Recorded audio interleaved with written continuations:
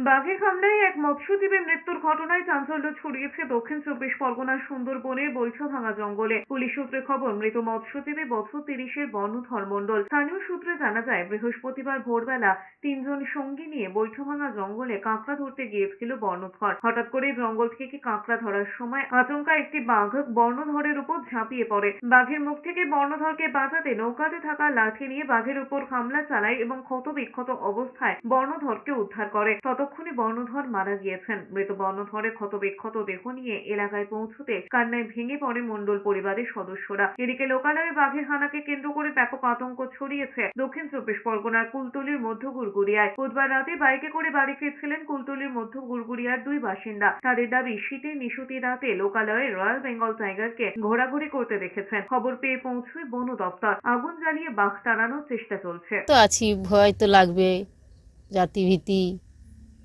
বার হলেও ভয়, থাকলেও কি করে ঘরে কবাট ফবাট খারাপ, বাড়িতে বেটা ছেলে নেই, ভয় তো আছে।